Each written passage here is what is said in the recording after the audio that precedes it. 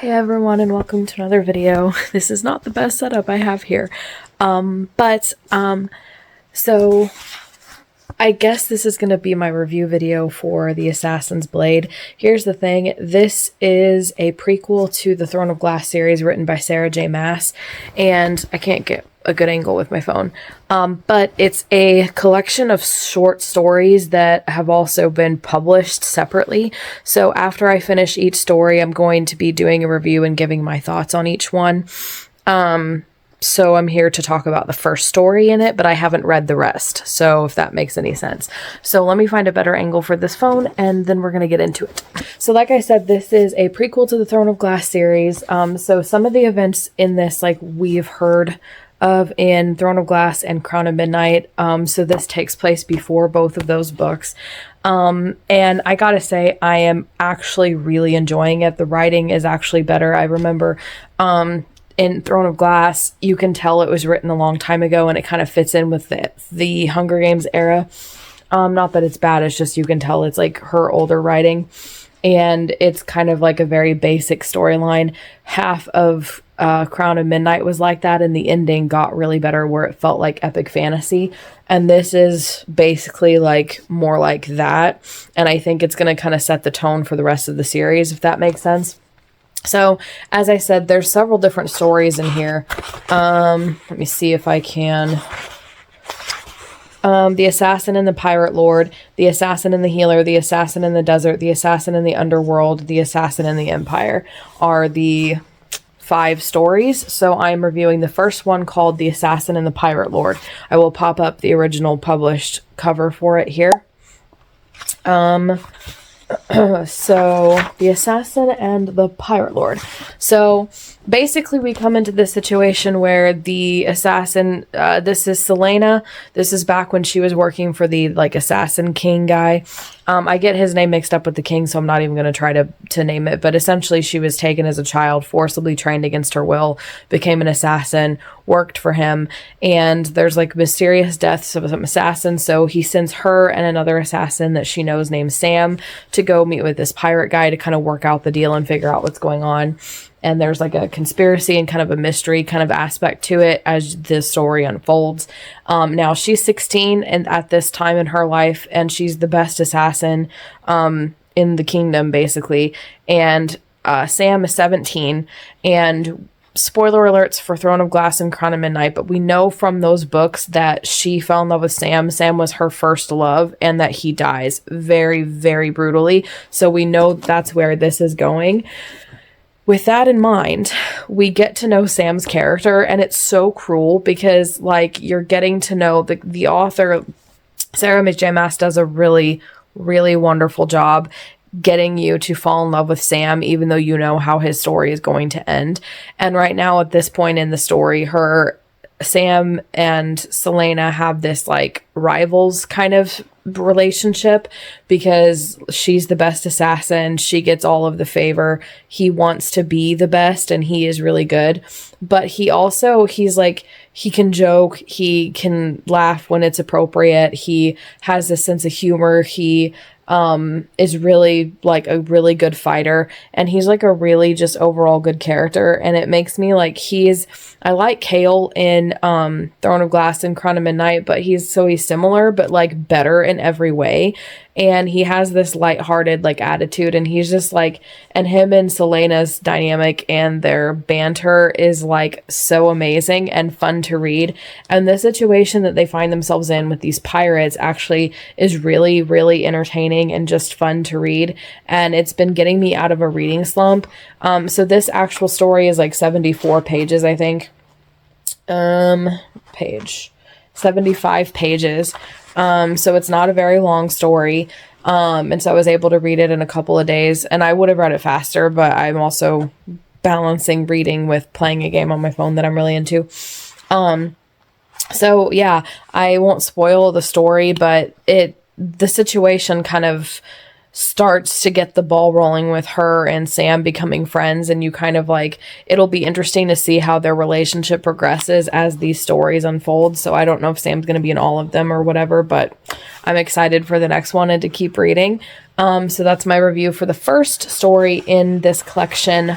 The Assassin's Blade, which is a prequel. So I will give you my thoughts on the next story and the rest of the book after I finish reading it. Today is May 9th, so we'll see how long it takes me to finish the rest of this.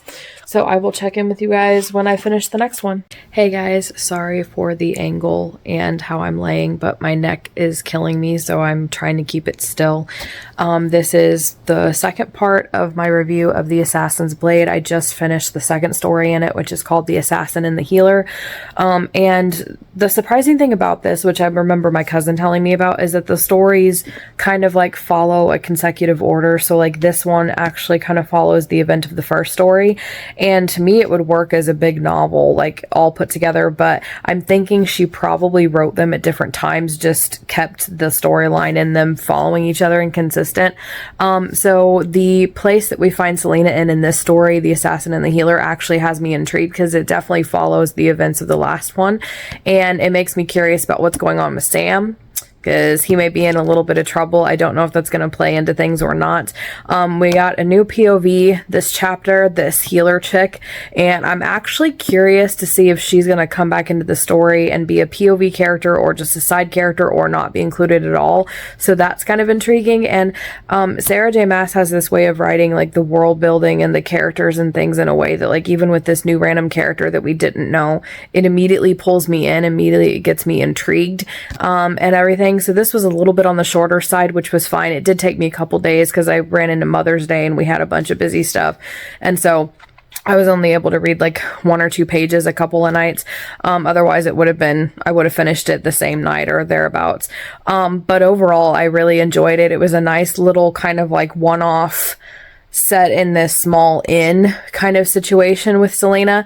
And it was a really simple storyline, so it wasn't anything dramatic, but she's at this like middle part of a journey that like follows the events of the previous one and probably will lead into the next one. And I'm still curious what's going on with Sam. I'm curious how this is all going to play out. So I'm definitely going to keep reading, and I will let you guys know when I finish the next story. So before I forget, I also wanted to mention that in this story, Sara J. Maas included some fight techniques that I actually learned in Taekwondo and recognized. When you're grabbed from behind, always go for the groin, always try to gouge out the eyes, always clap the ears like as hard as you can because that can hurt. Stomp the foot, and just all these realistic techniques. And like if you're being attacked or assaulted, like don't actually yell, you know, the word like assault or the other term for it, because people generally won't come to help. You want to yell fire or something loud and obnoxious like that would get people's attention more often. So I loved that she included those realistic details. It was fun to read about, and it reminded me of her when I learned that in Taekwondo. So just wanted to make a note about that. Hey guys, so I just finished the third story in The Assassin's Blade, which was called The Assassin in the Desert. When I first started this third story, I actually thought it was going to be slower paced because through non-spoilery thing, I won't spoil the story for you, but it's kind of like, it seemed like she was sent to a place to train. So I was thinking, okay, this is going to be boring. We're going to get a lot of training scenes like Court of Silver Flames maybe. But that's not the case. It was actually very fast paced. And in fact, I got so immersed into this particular story that most of the last like 50 pages of that particular story, I was so immersed, reality disappeared. Like I was so excited. I was so into it. It's actually my favorite of the 3 stories so far. I feel like this was also good for her and Sam's character development being separated. And I saw the twist coming with the one particular character. And so I called it, but it was so written in a way that like I got so many feels. The ending was so reeling. I'm like, if this story about the silent assassins is already giving me feels and destroying my emotions, I'm not ready for the ending of this book, because I know what happens to Sam and I kind of know where this is going. But oh my gosh, it was intense. Like I genuinely loved it. For me, The Assassin in the Desert is a 5-star read for me, and the other stories have already been like 5-star reads for me at this point. So this whole book, Assassin's Blade, so far for me is my favorite. Like, obviously it's better than Throne of Glass and Crown of Midnight, but I have a feeling it's going to stand up to the rest of the series and still be one of my favorites. So I can't stop reading. So I'm actually already well into the next story, even though I just, I mean page 3 of the next story in this collection, which is The Assassin in the Underworld. I have 2 left. I'm not ready for these. So I will check in with you guys when I finish it, because I've been reading for the last like 2 hours, and see, I started at 9 o'clock and it's after midnight. So actually it's been about 3. I don't know. Do the math. I'm just going to keep reading because I can't stop. So I love it. It was so intense. The descriptions of this, The Assassin in the Desert, was like so vivid. I felt hot. I loved the stuff that she learned with the mute master, and like how it almost seemed like Tai Chi kind of. I was getting a lot of martial arts vibes, not necessarily Tai Chi specifically, but just martial arts in general. And also the whole story gave me Assassin's Creed vibes, and it was very visual. It was very descriptive. I could see everything. The characters were really well. I love Elias. I liked Mikhail. I never really liked Ansel. She reminded me a lot of Urza from Fairy Tail. And I called the twist and the fight scenes, the battles. Like, I loved the silent assassins, the mute, the silent vow, and how it's not necessarily, it's like individual for how long you think your vow should last, and how they use sign language, and like incorporating that into the battles was really cool. I mean, I just had a great time, but I cannot stop reading, and I need to know what happened to Sam, so I'm going to keep reading, and I'm not ready for the emotions for the rest of these, I think.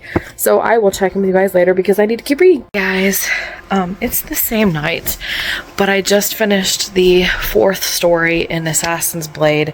I have been other than dinner with my husband, I've been reading all night long. I cannot stop reading this book. I only have this much left to go, which is kind of scary. So I just finished the 4th story, which is The Assassin in the Underworld. This was intense, suspenseful, action-packed. It was like Assassin's Creed vibes, assassin on a mission. Sam was there. Lot of stuff with her and Sam. A lot of romance mixed with the assassin mission vibes. I really want to play Assassin's Creed now.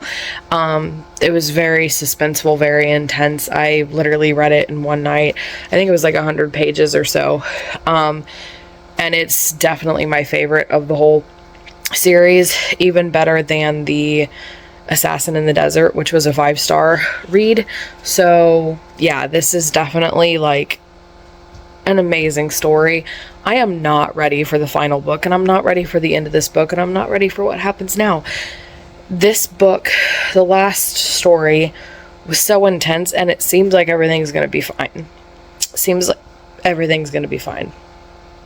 And you know it's not going to. So I'm not ready for the ending of this book. I can't. I know this is kind of like really short, but like this was just a really, really good story. It's definitely like the other ones in this collection are so good, but that one was just like my entire favorite. Like, if I could give it 6 stars, actually, like, because it's even better than the last one, which is already a 5-star read. But when you add like Sam and Selena and their dynamic to this, you add the suspense, the action, the intense stuff, the politics, and the assassin missions, and all of that stuff. It just, oh my gosh. And I have a feeling that yeah, it's just not gonna end well. So, but it's late. It's like 5 in the morning, and I could keep reading, but I don't want to finish this book and then not have a chance to do a full review of it. So I'm going to... I've been writing physical reviews for all of the short stories because they are published separately as well as in this collection. So I'm going to be reviewing the whole collection too, but I also will be reviewing all of the short stories. So I'm going to review this one that I just finished, The Assassin in the Underworld, and try to restrain myself from reading the next one because I don't want to. Like, not that I don't want to, I mean, it's late and I don't want to have to stop in the middle of it and also get it finished, and then not have time to like give you my immediate thoughts and like do an immediate review on it. So yeah, it's just, I want to read it so bad. I don't know how I'm gonna just restrain myself, because I have about an hour, 45 minutes, half an hour really, before bed, so I technically could keep reading, and I kind of want to. I don't want to do anything else. I just want to keep reading that story, but I will have to wait till tomorrow, and so I will finish this tomorrow for sure. And I think I'm gonna have withdrawal, so it'll be interesting to see what I read next. But yeah, that's everything, and I'll see you guys when I finish this book.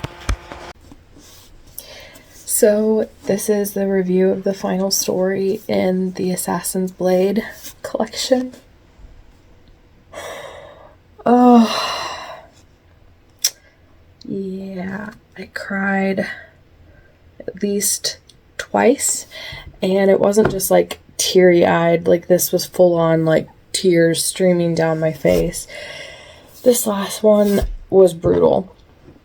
And honestly, from a logical standpoint, it says a lot when you have an author who can literally like hint at the events that took place, tell in Throne of Glass and especially Crown of Midnight, specifically mention what happened in Celaena's past, what happened to Sam. All of the details in that are in Crown of Midnight. So essentially you know how this is going to end. If you read those books first, if you read this one first, you might be surprised. And yet when you read this, she still wrote it in such an emotional way, and in such a way that like even knowing how it was going to end, it was still emotional and dramatic and intense. And like, because usually predictable things are like boring, or, you know, you like, you know what I mean? Like it's not as enjoyable if it's predictable, but she wrote it in such a way that it was still enjoyable regardless of how predictable, what quote unquote it was. And by predictable, I just mean that because it was the events itself. I imagine if you read Assassin's Blade first, because it is a prequel, so if you read it in chronological order, it's a surprise. You're not gonna kind of figure it out. But even if you read it like I did after Crown of Midnight but before Heir of Fire, it's still like enjoyable to read. And by enjoyable is kind of like an interesting word, because it's like you really enjoy something that is destroying you emotionally, like really. But in all seriousness though, I know I said that the last one was my favorite. This one even more. It feels like every story in this collection just keeps getting more and more and more intense. The last story in this collection was the most enjoyable, the most intense, the most romantic between her and Sam, the most